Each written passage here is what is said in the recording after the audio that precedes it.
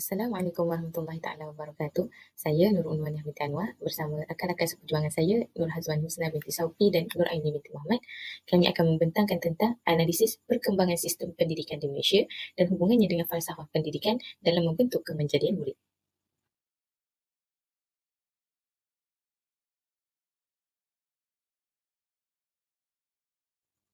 Baik, sistem pendidikan merupakan asas bagi membangunkan masyarakat dan negara dari sudut ekonomi, politik dan sosial dengan lebih baik. Dan dasar pendidikan di Malaysia dilaksanakan bukan sahaja memberikan pelajaran di sekolah, tetapi sebagai alat untuk merealisasikan perpaduan bangsa.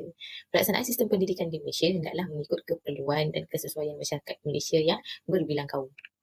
Di sini kami datangkan falsafah pendidikan kebangsaan 1996 ataupun singkatannya FPK. Jadi ini adalah falsafah pendidikan di Malaysia lah, selaras satu Malaysia. Inilah falsafah pendidikan di negara kita. Jadi falsafah pendidikan kebangsaan ini mempunyai beberapa matlamat yang jelas lah. Antaranya, yang pertama, menjadikan pendidikan suatu usaha yang berterusan. Seterusnya, membentuk insan yang seimbang dan harmonis. Juga membentuk rakyat Malaysia yang berilmu pengetahuan serta memperkembangkan potensi individu. Seterusnya, kepercayaan dan kepatuhan kepada Tuhan, membentuk rakyat Malaysia yang berakhlak mulia dan bertanggungjawab serta rakyat Malaysia yang berkeupayaan mencapai kesejahteraan diri. Baik, berikut merupakan senarai ringkas perkembangan sistem pendidikan di Malaysia. Kita boleh lihat di sini ada sebelum merdeka, selepas merdeka dan juga masa kini. Berdasarkan tajuk pembentangan mempunyai berkaitan dengan kemenjadian murid. Jadi menurut Muhammad Asran 2011, kemenjadian murid merupakan indikator penerimaan ilmu yang dapat diukur perubahan tingkah laku atau kemenjadian murid, dan proses ini berterusan hingga ke akhir sekolah. Kemenjadian murid ini tidak hanya dinilai berdasarkan pencapaian akademik saja, bahkan ia dilihat melalui hasil keberkesanan proses persekolahan secara holistik. Baik, seterusnya perkembangan sistem pendidikan sebelum merdeka. Yang pertamanya, sistem pendidikan pondok. Jadi sistem pendidikan pondok ini adalah satu pengajian secara tidak formal, dan bidang pendidikan berunsurkan pengajian Al-Quran dan Fardu Ain. Jadi objektif pembelajaran sistem pendidikan pondok ini untuk melahirkan pelajar yang bermoral, beragama, berakhlak mulia. Jadi hubungan sistem pendidikan pondok dengan FPK, yakni falsafah pendidikan kebangsaan dalam kemenjadian murid. Yang pertamanya, proses kemenjadian murid adalah dapat melahirkan murid yang mempunyai etika dan kerohanian. Jadi sejajar dengan FPK dapat menyemai nilai-nilai murni bagi mengelak dan diri daripada melakukan kejahatan serta mementingkan pembangunan rohani seperti dalam falsafah pendidikan kebangsaan, yakni melahirkan insan yang seimbang berdasarkan kepercayaan dan kepatuhan kepada Tuhan.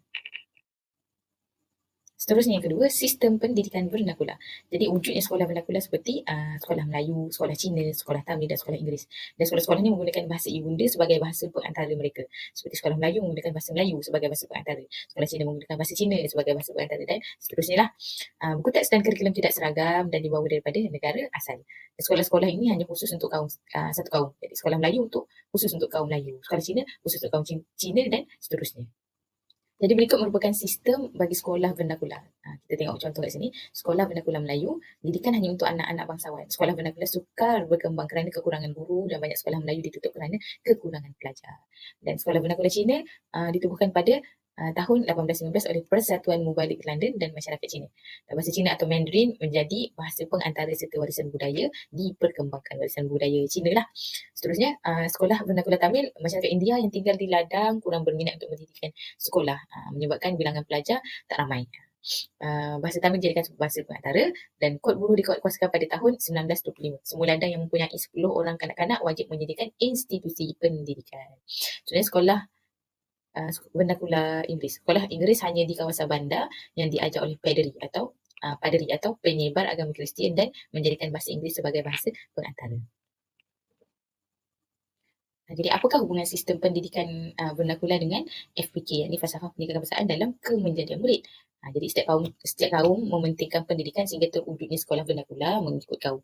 Terdapat beberapa buah sekolah yang wujud, iaitu sekolah vernakular Melayu, Cina, Tamil dan Inggeris. Kesemua sekolah ini mempunyai kepentingan yang berbeza tapi masih bertunjangkan kepentingan pendidikan. Inilah dia kesimpulannya, setiap kaum mementingkan pendidikan selaras dengan elemen FPK, iaitu melahirkan rakyat Malaysia yang berilmu pengetahuan. Baik, seterusnya perkembangan sistem pendidikan menurut laporan Cheeseman. Jadi Cheeseman ini ditubuhkan oleh Mr. Harold Ambrose Robinson Cheeseman pada tahun 1890 hingga 1961. Jadi Mr. Harold ini juga adalah merupakan timbalan pengarah pendidikan pada tahun 1946. Jadi objektif laporan Cheeseman ini adalah untuk membina semula sistem pendidikan demi menjamin setiap jenis sistem persekolahan dapat dikembangkan secara sepenuhnya. Jadi sebenarnya laporan Cheeseman ini telah dihasilkan sebagai langkah untuk membina semula sistem pendidikan di tanah Melayu selepas pendudukan Jepun. Jadi cadangan laporan Cheeseman ni yang pertama antaranya yuran percuma ataupun kanak-kanak tidak perlu membayar yuran sekiranya mereka menghadiri sekolah bernakula di peringkat sekolah rendah. Seterusnya bahasa Inggeris diajar di sekolah rendah dan penubuhan 2 jenis sekolah menengah sahaja. Dan pelaksanaan secara penuh laporan pelajaran 1938 mengenai pendidikan vocational. Jadi hubungan laporan Cheeseman dengan falsafah pendidikan kebangsaan dalam kemenjadian murid adalah pelaksanaan pendidikan vocasional boleh dikaitkan dengan elemen perkembangan potensi secara menyeluruh dan bersepadu. Jadi cadangan laporan Cheeseman selaras dengan falsafah pendidikan kebangsaan di mana hasrat untuk melahirkan masyarakat yang berilmu pengetahuan menjadi salah satu tunjang utama falsafah ini yang merupakan elemen penting dalam membangunkan negara maju. Bukan sahaja maju dari segi pembangunan, malah pemikiran rakyatnya yang terbuka dan celik dalam pelbagai bidang ilmu. Baik, seterusnya perkembangan sistem pendidikan menurut laporan Barnes. Jadi jawatan kuasa ini ditubuhkan pada tahun 1950 dan dipengerusikan atau diketuai oleh L.J. Barnes, yakni pengarah latihan sosial dari University Oxford. Jadi bertujuan untuk menyelidik dan memperbaiki pendidikan orang Melayu. Apa matlamat laporan Barnes ni? Yang pertama, matlamat adalah untuk membentuk identiti bangsa. Yang kedua, menjadi penggerak perubahan pendidikan orang Melayu. Seterusnya, yang ketiga, sekolah vernakula menjadi sekolah kebangsaan. Yang keempat, matlamat pendidikan ke arah satu rupa bangsa pelbagai kaum. Bukan hanya satu kaum tapi pelbagai kaum. Dan kanak-kanak 6 hingga 12 tahun wajib menerima pendidikan. Ketika inilah kanak-kanak berumur 6 hingga 12 tahun diwajibkan untuk menerima pendidikan. Dan yang keenam, sekolah vernakula dibubarkan dan diganti dengan sekolah kebangsaan. Jadi hubungan laporan Barnes dengan falsafah pendidikan kebangsaan dalam kemenjadian murid antaranya elemen falsafah pendidikan kebangsaan yakni rakyat yang bertanggungjawab. Dan yang kedua, melahirkan murid yang mempunyai dui bahasa dan yang mempunyai identiti nasional. Seterusnya, setiap rakyat perlu mengutamakan penggunaan bahasa Melayu berbanding bahasa Inggeris kerana bahasa Melayu bukan bahasa kebangsaan. Dan memartabatkan penggunaan bahasa Melayu lah. Seterusnya, yang terakhir, menyemak dan menambah baik sistem pendidikan untuk bahasa Melayu. Baik, kita teruskan dengan perkembangan sistem pendidikan menurut laporan Fenwu. Jadi laporan Fenwu ini diketuai oleh Dr. Fan dari Setiausaha Kerja Bersekutu Negara China dan juga Profesor Dr. Wu Tehyu, yakni dari Pertubuhan Bangsa-Bangsa Bersatu. Laporan Fenwu ini dia menyemak semula laporan Barnes dan hasil kajian laporan Fenwu menunjukkan pandangan yang berbeza daripada laporan Barnes lah. Laporan Fenwu ini diperkenalkan kerana melayan kehendak masyarakat Cina yang menganggap laporan daripada laporan Barnes ni bertujuan untuk menghapuskan bahasa dan budaya orang Cina. Jadi laporan Fenwu ini diwujudkan untuk mempertahankan kedudukan pendidikan masyarakat Cina. Yang kedua, sistem pendidikan yang melibatkan pengajaran ketiga, yakni bahasa Melayu, bahasa Inggeris dan bahasa Cina. Kerana bagi orang Cina maksudnya menurut laporan Fenwu ini, sebarang tindakan untuk memaksa rakyat berbilang kaum supaya belajar satu atau dua bahasa saja akan menjejaskan perpaduan antara kaum. Jadi tak cukuplah dengan bahasa Melayu dan bahasa Inggeris saja ditekankan, tapi perlu tekankan juga pengajaran ketiga, yakni dalam bahasa Cina. Namun yang demikian, bahasa Melayu dan bahasa Inggeris tetap diwajibkan. Dan mereka ingin membina maktab perguruan Cina. Jadi hubung kait laporan Fenwu dengan falsafah pendidikan kebangsaan dalam kemenjadian murid adalah menerapkan perkembangan potensi yang berlaku secara menyeluruh dan bersepadu dalam diri semua manusia khususnya murid. Hal ini membawa kepada perkembangan potensi secara maksimum yang membawa kepada murid yang mempunyai pemikiran yang terbuka yang membantu kepada penguasaan kemahiran dan bidang ilmu yang dipelajari. Namun semua kenyataan atau pernyataan daripada laporan Fenwu ini tidak diterima terutamanya daripada Malayan Union sebab ia tidak menguntungkan orang-orang Melayu. Terima kasih kepada sahabat saya Nur Umania. Seterusnya, saya Nuraini binti Muhammad akan menyambung penerangan berkenaan dengan sistem pendidikan selepas merdeka. Sistem pendidikan ditambah baik dalam pelbagai aspek bagi memastikan hala tuju negara dapat dicapai melalui pembangunan pendidikan dan sumber manusia. Seterusnya, mari kita lihat kronologi sistem pendidikan selepas merdeka. Bermula dengan yang pertama, laporan Rahman Talib 1960, kemudian Akta Pendidikan pada tahun 1961, yang ketiga, laporan Aminuddin Baki pada tahun 1964, Yang keempat, laporan Jawatankuasa Kabinet pada tahun 1979 dan yang terakhir adalah Akta Pendidikan pada tahun 1996. Laporan Rahman Talib merupakan titik permulaan ke arah pelaksanaan bahasa Malaysia sebagai bahasa pengantar. Yang kedua, mewujudkan sistem peperiksaan persekolahan yang sama walaupun berlainan bahasa di peringkat rendah dan menengah. Yang ketiga, memberi penekanan kepada pendidikan moral dan keagamaan untuk keperluan kerohanian sebagai teras. Dan yang keempat, laporan Rahman Talib pada tahun 1960 ini juga memberi penekanan kepada pendidikan teknik dan vokasional untuk memenuhi keperluan tenaga mahir. Seterusnya, apakah hubung kait atau perkaitan antara laporan Rahman Talib 1960 dengan falsafah pendidikan kebangsaan? Yang pertama, dapat memajukan pendidikan teknik dan vokasional sesuai dengan falsafah pendidikan kebangsaan iaitu FPK yang menegaskan potensi dan kebolehan individu perlu dikembangkan.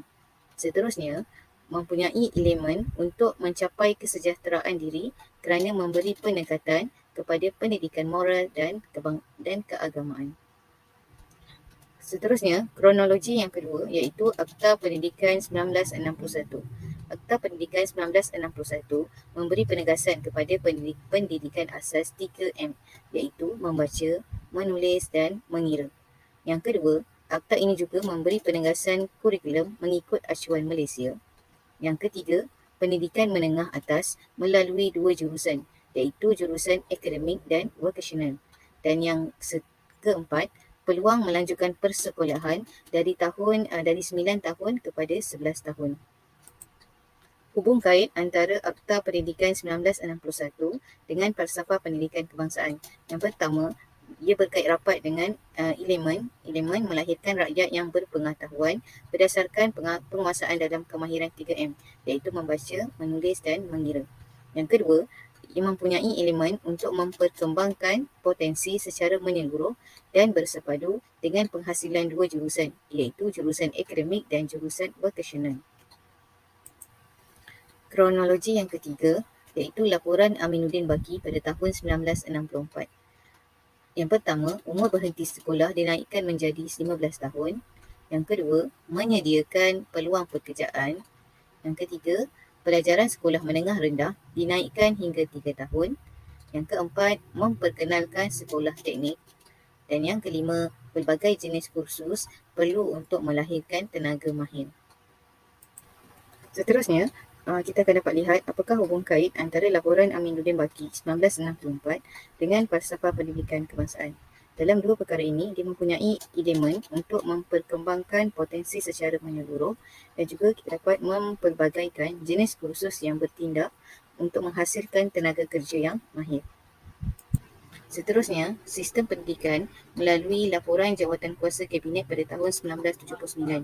Yang pertama, ia mengkaji semula matlamat dan keberkesanan sistem pendidikan pada masa itu sama ada bersesuaian ataupun tidak. Dan yang kedua, memastikan keperluan tenaga manusia itu dipenuhi. Kemudian yang ketiga, dapat mengkaji semula dasar pendidikan kebangsaan yang kurang menitik beratkan aspek perpaduan negara.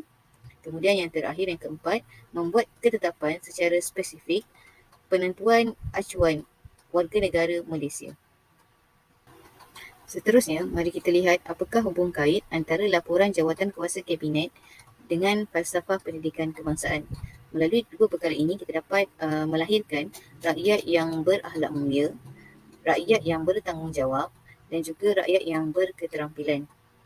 Dan yang kedua, memastikan sistem pembelajaran atau sistem pelajaran itu memenuhi matlamat negara ke arah melahirkan masyarakat yang bersepadu, berdisiplin dan juga masyarakat yang terlatih.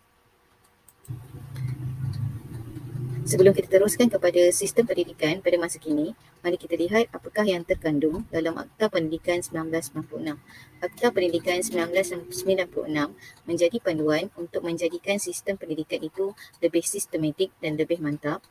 Dan yang kedua, Akta Pendidikan 1996 juga menjadi garis panduan dan rujukan utama pelaksanaan pendidikan sejajar dengan perubahan semasa. Dan yang ketiga, akta ini menjadi asas dalam memartabatkan bahasa Melayu. Bismillahirrahmanirrahim. Saya Hazuri akan meneruskan tentang sistem pendidikan pada masa kini. Baik, pada tahun 2011, Kementerian Pelajaran Malaysia telah melancarkan kajian semula sistem pendidikan secara menyeluruh dalam usaha membangunkan Pelan Pembangunan Pendidikan Malaysia PPPM yang terkini. Tahukah anda mengapakah kajian semula sistem pendidikan ini dibuat? Yang pertama adalah kerana standard pendidikan antarabangsa telah kian berkembang. Yang kedua, peningkatan aspirasi negara dalam mempersiapkan anak-anak muda untuk menghadapi abad 21. Dan yang ketiga merupakan peningkatan harapan ibu bapa dan masyarakat terhadap dasar pendidikan negara. Baik, Pelan Pembangunan Pendidikan ini dibangunkan dengan 3 objektif khusus. Yang pertama adalah memahami prestasi dan cabaran semasa sistem pendidikan Malaysia dengan memberi tumpuan terhadap akses pendidikan, peningkatan standard kualiti, merapatkan jurang pencapaian iaitu equity, mengukuhkan perpaduan dalam kalangan murid serta mengoptimumkan kecekapan sistem. Dan yang kedua, mewujudkan visi dan aspirasi yang jelas untuk sistem pendidikan dan setiap murid bagi 13 tahun akan datang. Dan yang ketiga, menggariskan program transformasi sistem pendidikan yang merangkumi perubahan penting dalam kementerian bagi memenuhi permintaan baru dan harapan masyarakat yang meningkat, menyemarakkan serta menyokong keseluruhan transformasi perkhidmatan awam. Seterusnya adalah apa penekanan dalam sistem pendidikan Malaysia kini dan apa berkaitan dengan kemajuan murid? Baik, penekanan yang pertama adalah berkaitan dengan pembelajaran kooperatif. Pembelajaran kooperatif membawa maksud PDP yang melibatkan tugasan secara berkumpulan untuk meningkatkan kemahiran interpersonal, membuat keputusan dan menangani konflik. Dan yang kedua, berfikiran kritis dan reflektif. Murid berkebolehan dalam membuat keputusan atas sebab yang rasional dan juga mengenal pasti andaian yang membawa kepada perubahan tingkah laku peribadi yang lebih baik. Manakala yang ketiga adalah dari sudut perkembangan kreativiti. Murid akan melibatkan diri secara aktif dan kreatif termasuklah dalam berfikir secara logik dan membina daya imajinasi. Manakala penekanan yang keempat pula adalah berkaitan dengan kemahiran generik. Kemahiran generik merupakan kebolehan untuk menyediakan seseorang yang mahir, murid yang mahir dan cekap serta berketerampilan. Penguasaan kemahiran generik di dalam sektor pekerjaan dapat memberikan peluang pekerjaan yang sangat luas. Seterusnya, yang kelima adalah penekanan dari sudut pelbagai kecerdasan. Mengetengahkan teori pelbagai kecerdasan seperti verbal linguistik, logik matematik, muzik, kinestetik badan, interpersonal dan juga intrapersonal. Dan yang terakhir, penekanan dari sudut kemahiran belajar untuk belajar. Kemahiran ini telah disepadukan ataupun digabungkan dengan pembelajaran seperti kemahiran bercakap di halayak ramai, kemahiran menulis ringkasan dan juga mencari maklumat. Baik. Seterusnya dalam Pelan Pembangunan Pendidikan Malaysia yang terkini, terdapat 5 aspirasi yang telah digariskan dalam sistem pendidikan. Yang pertama, A. Akses. Kedua, Quality. Yang ketiga, E. Equity. Yang keempat, P. Perpaduan. Dan yang kelima, K. Kecekapan. Seterusnya, mari kita lihat apakah fungsi di sebalik daripada aspirasi sistem pendidikan ini. Yang pertama, A merupakan aspek akses, iaitu kanak-kanak ataupun murid harus mendapat kesamarataan peluang pendidikan bagi mengembangkan potensi mereka tanpa mengira latar belakang, sosioekonomi dan sebagainya. Manakala K merupakan kualiti. Semua kanak-kanak di Malaysia ini berpeluang untuk mendapat pendidikan yang cemerlang yang setanding dengan pendidikan antarabangsa. E merupakan equity. Equity adalah merupakan sistem pendidikan yang berprestasi tinggi di mana menyediakan pendidikan berkualiti kepada kanak-kanak tanpa mengira latar belakang, geografi, jantina dan juga sosioekonomi mereka. Seterusnya yang keempat, perpaduan. Sekolah merupakan tempat untuk mengukuhkan perpaduan dalam kalangan murid melalui interaksi daripada pelbagai latar belakang, sosioekonomi, agama dan juga etnik. Dan yang keempat, yang kelima, K, kecekapan. Memaksimumkan keberhasilan dan kemenjadian seseorang murid. Seterusnya dalam PPPM ini juga telah menggariskan aspirasi murid. Ada 6 aspirasi murid. Baik, yang menjangkaui seluruh sistem pendidikan, pihak berkepentingan jelas mengenai konsep kualiti yang perlu ada dalam setiap murid. Maka menjadi peranan kepada pendidik, ibu bapa, murid dan semua masyarakat untuk bersatu dalam merealisasikan visi pendidikan sebagai satu wadah pembangunan murid secara holistik dari sudut intelek, rohani, emosi dan juga jasmani. Visi ini juga menjadikan asas kepada semua usaha penambahbaikan sistem pendidikan sejak falsafah pendidikan kebangsaan ini digubal pada tahun 1988. Pelan pembangunan ini juga akan terus menggunakan falsafah pendidikan kebangsaan bagi membangunkan pendidikan yang seimbang sebagai asas pencapaian aspirasi setiap murid. Pelan ini merujuk kepada sistem pendidikan yang berprestasi tinggi yang dicapai oleh negara-negara lain bagi mengenal pasti kemahiran khusus yang boleh diterapkan kepada murid bagi membolehkan mereka menerajui pembangunan ekonomi global. Baik. Seterusnya, ciri murid ataupun ciri aspirasi yang pertama adalah pengetahuan. Di peringkat yang paling asas, setiap kanak-kanak perlu menguasai kemahiran literasi dan numerasi.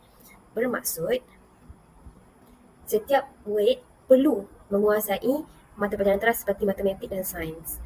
Yang kedua, kemahiran berfikir. Setiap murid belajar cara untuk memperoleh ilmu pengetahuan sepanjang kehidupan mereka, iaitu menerapkan perasaan ingin tahu dan mengamalkan pembelajaran sepanjang hayat untuk mereka ini menghubungkan pelbagai disiplin ilmu dalam kehidupan mereka. Seterusnya, kemahiran memimpin merupakan satu kemahiran yang amat penting, maka sistem pendidikan negara ini akan membantu setiap murid untuk mencapai potensi sepenuhnya dengan mewujudkan peluang yang formal dan bukan formal, bekerja dalam pasukan dan mengamalkan ciri-ciri kepimpinan, serta berdaya saing dan mempunyai kemahiran komunikasi yang berkesan. Di samping itu, kemahiran dui bahasa juga turut diterapkan dalam sistem ini, di mana kanak-kanak di Malaysia sekurang-kurangnya menguasai bahasa Malaysia sebagai bahasa kebangsaan dan juga bahasa perpaduan, bahasa Inggeris sebagai bahasa komunikasi antarabangsa. Dan dalam masa yang sama, kementerian juga menggalakkan kepada semua murid untuk mempelajari bahasa lain sebagai bahasa tambahan. Seterusnya, ciri murid yang perlu ada adalah mempunyai etika dan kerohanian. Sistem pendidikan akan menyediakan pengalaman kepada setiap kanak-kanak ini untuk berdepan dengan cabaran yang mereka bakal tempuhi ketika menginjak dewasa, supaya mereka ini dapat menyelesaikan konflik secara harmoni, bijak membuat pertimbangan, berpegang kepada prinsip ketika berada dalam situasi yang kritikal, serta kanak-kanak ini dapat berani untuk melakukan sesuatu yang betul. Sistem pendidikan juga berhasrat untuk membentuk individu yang penyayang yang dapat menyumbang kepada kesejahteraan komuniti dan negara.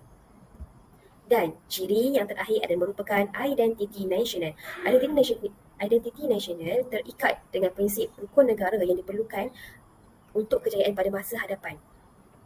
Sebagai contoh, setiap daripada murid akan berasa bangga dikenali sebagai rakyat Malaysia tanpa mengira etnik, agama ataupun status sosioekonomi.